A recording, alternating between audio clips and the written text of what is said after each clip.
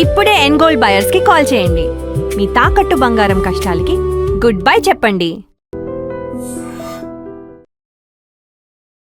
ఐడ్రీమ్ చూస్తున్న ప్రేక్షకులందరికీ నమస్కారం. ఈ రోజు మనతో పాటు జ్యోతిష్య వాచస్పతి బ్రహ్మశ్రీ పోతుకుర్చి చంద్రమౌళి శాస్త్రి గారు మనతో పాటు ఉన్నారు. నమస్కారం గురుగారు. ఓం గం గణేశాయ నమః. గురుగారు, ఆగస్టు 31వ తేదీన సంకష్టహర చతుర్థి. మరి సంకష్టహర చతుర్థి రోజు మనం గణపతిని ఏ విధంగా ఆరాధించాలి, గణపతి అనుగ్రహం కోసం? అలాగే రాహుకేతువులు కుజదోషం ఉన్న వారికి సుబ్రహ్మణ్యుని ఆరాధించడం కూడా అనుకూలమైన రోజులు అని విన్నాం. మరి ఆ రోజున మనం ఏ విధంగా ఆరాధించాలి అనేది వివరించండి. ఇది గణపతికి ప్లస్ సుబ్రహ్మణ్యేశ్వరుడికి ఈశ్వరుడికి ఈ శ్రావణ మాసంలో ఉన్నటువంటి విశేషమైనటువంటి రోజమ్మా. ఇది ఆగస్టు 31వ తేదీన శ్రావణ సోమవారం అయింది. ఆ రోజున చతుర్థి, సంకటహర చతుర్థి అంటారు. ఇది ప్రతి నెలా కూడా మనకి పౌర్ణమి తర్వాత వచ్చేటటువంటి చతుర్థిని సంకటహర చతుర్థి అంటారు. అసలు సంకటములు అంటే ఏంటి? ఆటంకం, ఆరోగ్యం అనుకోండి. అంటే ఆరోగ్యపరంగా ఎన్నో సమస్యలు వస్తే మనిషి ఏదైనా చేయగలడా? ఏ పని చదవలేడు, సంపాదించలేడు, అనుకున్న ఏ కార్యక్రమం చేయలేడు. ఇవన్నీ సంకటమే. అందుకని ఆరోగ్య భద్రత మెయిన్ అన్నమాట. ఆ తర్వాత మనసులో కలిగేటటువంటి వికార బాధలు, మనసులో వికార బాధలు ఎవరి జన్మానుసారంలో వారికి ఉంటాయి. కొంతమందికి కేతు నక్షత్రం వాళ్ళు ఉంటారన్న. అసలు గణపతి ఆరాధన ఎవరు చేయాలంటే అశ్విని నక్షత్రం వాళ్ళు, మఖా నక్షత్రం వాళ్ళు, మూలా నక్షత్రం. ఈ 3 నక్షత్రాలకు అధిపతి ఎవరయ్యా అంటే కేతు గణ దేవత అంటారు. ఆ కేతువుకి అధిష్టాన దేవత మహానుభావుడు గణపతి. అంటే చంద్రుడు కేతు నక్షత్రాల్లో ఉన్నప్పుడు మానసికంగా వీళ్ళకి అడుగడుగున ఎన్నో రకాలైనటువంటి చిత్తభ్రాంశ సమస్యలు ఎదురవుతూ ఉంటాయి. ఏ పని మీద నిమగ్నం చేయలేరు, ఏం చేయాలి, ఏం డెసిషన్స్ తీసుకోవాలో కూడా వీళ్ళకి అర్థం కానటువంటి పరిస్థితి కేతు నక్షత్రం కాబట్టి. అంటే మానసిక వ్యాధులు ఎక్కువగా ఉంటాయి. అట్లాగే కేతు మహర్దశలు, జన్మజాతకంలో కేతు మహర్దశలు కానీ అంతర్దశలు కానీ ఎవరికైనా నడుస్తున్నా కూడా వారు వ్యాపార రీత్యా ఇబ్బందులు పడతారు. చదువుకునేటప్పుడు ఎన్నో రకాలైనటువంటి ఆటంకాలు ఎదురవుతూ ఉంటాయి. ఇదేంటి, బాగా చదువుకుంటూ ఉన్నట్టుండి చదువులో వెనకబడిపోవటం, లేకపోతే చదువుకుంటూ ఇంట్లోంచి కొంతమంది వెళ్ళిపోతూ ఉంటారు. అట్లాగే కొంతమంది అయితే కనుక చక్కగా 100కి 99 మార్కులు వచ్చేవాళ్ళు ఒక్కసారి 70-80లోకి పడిపోతూ ఉంటారు. అర్థం కాదు. అప్పుడే ఇలాంటి దశలో లేకపోతే ఏలినాడిసిన దోషాలు ఇలాంటివన్నీ కవర్ అవుతున్నప్పుడు ఏంటంటే ఈ నక్షత్రం మీద ఎక్కువగా ప్రభావితం జరుగుతూ ఉంటాయి. కేతు మహర్దశలో ఒక రకంగా చెప్పాలంటే మోక్షానికి కారకుడు ఆయనే. గణపతిని ఆరాధిస్తే మోక్ష ప్రదాత. అట్లాగే ఈ కేతువు చపలచిత్త కారకుడు, మృత్యువును కూడా కలుగు చేసేవాడు ఈ కేతువు. అంటే జన్మజాతకంలో ఈ కేతువు సరిగ్గా లేకపోతే వాళ్ళకి మృత్యు సంఘటితమైనటువంటి ఎన్నో ప్రమాదాలు కావచ్చు, ఇబ్బందులు కావచ్చు. చదువనే కాదమ్మా, ఆర్థికంగా బలహీనపడిపోవచ్చు, ప్రయాణాల్లో ప్రమాదాలు కలగచ్చు, భార్యాభర్తల మధ్య విపరీతమైనటువంటి సమస్యలు, అట్లాగే కోర్టు సమస్యలు ఎక్కువగా ఉంటాయి చూసారా. వారు తప్పనిసరిగా గణపతి ఆరాధన చేయాలి. అందుకనే సంకటహర చతుర్థి అని 7 నెలలు చేస్తారు. చాలా వరకు ఆయన సంఖ్య కేతువుది 7 అని చెప్పి 7 చేస్తారు. కొంతమంది 11, కొంతమంది 21, కొంతమంది 54, కొంతమంది జీవితాంతం సంకటహర చతుర్థి. ఏముందమ్మా, సంకటహర చతుర్థి ఇంట్లో గణపతిని తయారు చేసుకొని పసుపుతో ఆయన యొక్క అష్టోత్తరము, తెలిసిన వాళ్ళైతే ఆయన అష్టోత్తరము, ఉండ్రాళ్ళు బెల్లము కలిపి నైవేద్యం పెట్టడము, ఎవరికైనా ఒక బ్రాహ్మడికి స్వయం పాకం అన్న ఇవ్వాలి, ఇంటికి పిలిచి భోజనం అన్న పెట్టాలి. ఇదే రోజున శ్రావణ సోమవారం ఈశ్వరారాధన చాలా విశేషప్రదం. మీరు అడిగారు కుజదోషాలు, రాహుకేతువుల వల్ల కలిగే సర్పదోషాలు అని. ఇప్పుడు కుజదోషం ఉన్నటువంటి రాశుల్లో వృషభ రాశి, మిథున రాశి, కర్కాటక రాశి, అట్లాగే వృశ్చిక రాశి, ధనస్సు రాశి, తర్వాత కుంభరాశి, మీనరాశి. ఈ రాశుల వాళ్ళందరికీ కుజదోషం అత్యద్భుతంగా నడుస్తుంది.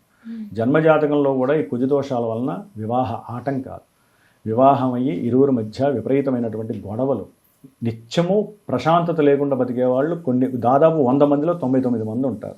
ఇప్పుడు ఈ కుజమహర్దశలు కానీ కుజ అంతర్దశలు వచ్చినా కూడా, లేకపోతే జన్మజాతకంలో కుజుడు ఎక్కడన్నా చెడు స్థానాల్లో ఉన్నాడు అనుకోండి. ఇందాక నేను చెప్పిన స్థానాలు కొన్ని ఉంటాయి. అంటే మన జన్మజాతకాలలో ఈ కుజుడు అనేవాడు 1, 2, 4 అంటే లగ్నం నుంచి కానీ, చంద్రుడి నుంచి కానీ, శుక్రుడి నుంచి కానీ 1, 2, 4, 7, 8, 12 ఈ స్థానాల్లో ఉన్నాడు అనుకోండి. ప్రజెంట్ ఇక్కడ చంద్రుడు తన యొక్క జన్మరాశి నుంచి ఇందాక చెప్పిన రాశులు ఉన్నాయి కదా, ఈ యొక్క స్థానాల్లో ఉన్నాడు కాబట్టి వాళ్ళకి దశలు అంతర్దశలు నడిస్తే కంపల్సరీ యాక్సిడెంట్లు జరగటం, అన్నదమ్ముల మధ్య విపరీతమైన గొడవలు జరగటం, లేకపోతే కోర్టు సమస్యలు, ఈ భూ వివాదపరమైనటువంటి గృహ సమస్యలు, అంటే గృహం కట్టుకుందామన్నా కట్టుకోలేని పరిస్థితి, కట్టుకుంటుంటే గవర్నమెంట్ వాళ్ళు వచ్చి ఆపేయటం, కొంతమంది కూల్చేస్తారు, లేకపోతే అన్నదమ్ముల మధ్య ఉన్న గొడవతో ఆ ఇల్లులు, ఆ స్థలాలు కొన్ని సంవత్సరాల పాటు అట్లాగే మరుగున పడిపోతాయి, లేకపోతే వీళ్ళకున్న భూమిని వేరే వాళ్ళకి కబ్జాలు చేస్తారు. ఇవన్నీ కూడా ఏంటంటే కుజగ్రహానికి సంబంధించిన కుజదోష ప్రభావాలు. అది రకరకాలుగా ఉంటుంది జన్మజాతకంలో. అవన్నీ ఎప్పుడు యాక్టివేట్ అవుతాయంటే ఈ రాశుల వాళ్ళకి ఇప్పుడు యాక్టివ్ అవుతాయి.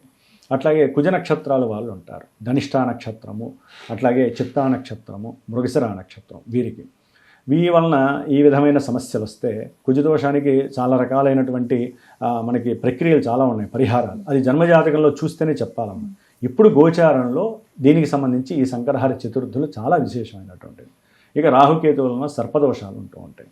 జన్మజాతకంలో ఈ రాహుకేతువులు పంచమంలోనూ అష్టమంలోనూ ఉంటే ఏంటంటే గర్భమిచ్చిన దోషాలు స్త్రీలకి, లేకపోతే గర్భంలో అండము ఉత్పత్తి సరిగ్గా లేకపోవటం, హార్మోన్స్ బ్యాలెన్సింగ్ సరిగ్గా లేక ఈ రాహుకేతువుల యొక్క దశలు అంతర్దశల్లో చాలా సమస్యలు ఎదుర్కొంటూ ఉంటారు. కాబట్టి సంతానపరమైనటువంటి సమస్యలు ఎదుర్కోవడానికి ఈ సర్పదోషాలు, అసలు ఉద్యోగ ధర్మంలో కానివ్వండి, స్త్రీలైనా పురుషులకైనా సరే సర్పదోషం ఉంది అంటే లగ్నం నుంచి సప్తమానికి మధ్యలో గ్రహాలన్నీ ఉన్నాయనుకుంటే, రాహుకేతువుల మధ్యలో గ్రహాలన్నీ ఉంటే దాన్ని సర్పదోషము అంటారు. దీనివల్ల ఏంటంటే అనుకున్న ప్రతి కార్యక్రమం విఘ్నాలు జరుగుతూ ఉంటాయి. విఘ్నాలకి అధిపతి గణపతి. అందుకని కుజదోషాలు, సర్పదోషాలు. ఇప్పుడు ప్రజెంట్ ఏంటంటే మిథున రాశిలో ఉన్న కుజుడు రాహు నక్షత్రంలో సెప్టెంబర్ 2 వరకు ఉంటాడు. రాహు కుజ నక్షత్రంలో వచ్చే సంవత్సరం దాదాపు డిసెంబర్ 5 వరకు కూడా కుంభరాశిలో ఉంటాడు. వీళ్ళ మధ్య చక్కటి అనుసంధానం కలుగుతుంది. చక్కటి అంటే ఇబ్బందికరమైనటువంటి అనుసంధానం. కాబట్టి ఎవరైతే ఇబ్బందులు పడుతున్నారో, ఇందాక నేను చెప్పిన ప్రాబ్లమ్స్ పరంగా, అదే ఏ రకమైనటువంటి సమస్యాత్మకమైన పరిస్థితులు ఎదురవుతున్నా సరే తప్పకుండా ఈ యొక్క సంకటహర చతుర్థిని విశేషంగా జరుపుకోవడం విశేష ప్రాధాన్యతమ్మ. ముఖ్యంగా నా యొక్క జ్ఞానసిద్ధి క్షేత్రపీఠంలో దీనికోసం విశేషంగా 31వ తేదీ ఆగస్టు 31వ తేదీన నా యొక్క పీఠంలో ఎవరైతే నన్ను సంకల్పిస్తారో, ఎవరైతే సంప్రదిస్తారో నాకు ఫోన్ చేసి వాళ్ళకున్న సమస్య చెబితే 28 అంటే పౌర్ణానికి ముందు రోజు నుంచి 6 రోజులు ఈ గణపతికి సంబంధించిన లక్ష్మీ గణపతి జపం, అట్లాగే సుబ్రహ్మణ్యేశ్వర స్వామి జపం చేసి ఆ రోజున విశేషంగా లక్ష్మీ గణపతి హోమంతో పాటుగా సుబ్రహ్మణ్య పాశుపత హోమాన్ని ఆచరించి 6వ తారీఖు సెప్టెంబర్ 6న కుక్కే సుబ్రహ్మణ్య క్షేత్రంలో ఎవరి కోసమైతే నేను పూజ చేసి చిన్న చిన్న సుబ్రహ్మణ్యేశ్వర విగ్రహాలకు పూజ చేస్తానో అవి అక్కడ తాకించి పూజ చేసి అక్కడ కూడా విశేషంగా వారికి అందజేసే బాధ్యత నేను తీసుకున్నాను. ప్రతి నెల చేసేది వేరైతే ఈ నెలలో ఇంకా విశేషంగా నేను ఆచరిస్తున్నాను. కాబట్టి ఎవరికైనా సరే ఇబ్బందులు విశేషంగా ఉన్నట్లయితే, వివాహం కాక కావచ్చు, వివాహం ఎడబాట్లు పడుతున్నా, ఈ రకమైన సమస్యల పరంగా ఉన్నట్లయితే కనుక నన్ను సంప్రదించండి. ఆ యొక్క గణపతితో నేను చేసే పూజతో పాటుగా వీళ్ళు కూడా కంపల్సరీ ఆ రోజున వాళ్ళ ఇంటి దగ్గరలో ఉన్న గణపతి చుట్టూ ప్రదక్షిణాలు చేయటం, అట్లాగే సుబ్రహ్మణ్యేశ్వర స్వామికి అభిషేకం చేయించడం, శ్రావణ సోమవారం కాబట్టి ఈశ్వరారాధన చేయటం, కాస్త దద్దోజన నైవేద్యం పెట్టడం చేసుకున్నారే అనుకోండి, ఈ దోషాలు చాలా వరకు తగ్గుముఖం పడతాయి. ఎందుకంటే అమ్మ, దూరాభారాల్లో ఉన్నవాళ్ళు కొంతమంది ఇళ్లలో పూజలు చేసుకోవడానికి కుదరదు, చాలా సమస్యలు ఉన్నాయిలేండి, మాకు ఫోన్లు వస్తూ ఉంటాయి కదా, అలాంటి వాళ్ళ కోసం అని చెప్పి అలా ఎవరికైతే ఇబ్బందులుగా ఉన్నాయో నన్ను సంప్రదించండి. ఎందుకంటే అందరూ కూడా హోమాలు చేయరు, కొంతమంది అభిషేకాలే చేస్తారు దేవాలయాలు. హోమం చేయాలంటే విశేషమైన ఖర్చుతో కూడుకున్నది, అట్లానే ఇళ్లలో కూర్చొని చేయలేరుగా, కొంతమందికి చేసుకోవడానికి అవకాశం ఉంటుంది. ఎవరికైతే ఇబ్బంది పడుతున్నారో వారు మాత్రమే నన్ను సంప్రదించండి. నేను చేసి ఆ ప్రసాదాలు మీకు పంపించేటటువంటి ఆ యొక్క అవకాశాన్ని నేను తీసుకుంటాను. గ్రహాల అనుకూలత కోసం, అలాగే ఆటంకాలు కలిగినప్పుడు ఆ గణపతిని ఏ విధంగా ఆరాధించాలని చక్కగా తెలియజేశారు. ధన్యవాదాలు గురువు. ఓం గం గణేశాయ నమః, శం శరవణ భవాయ నమః.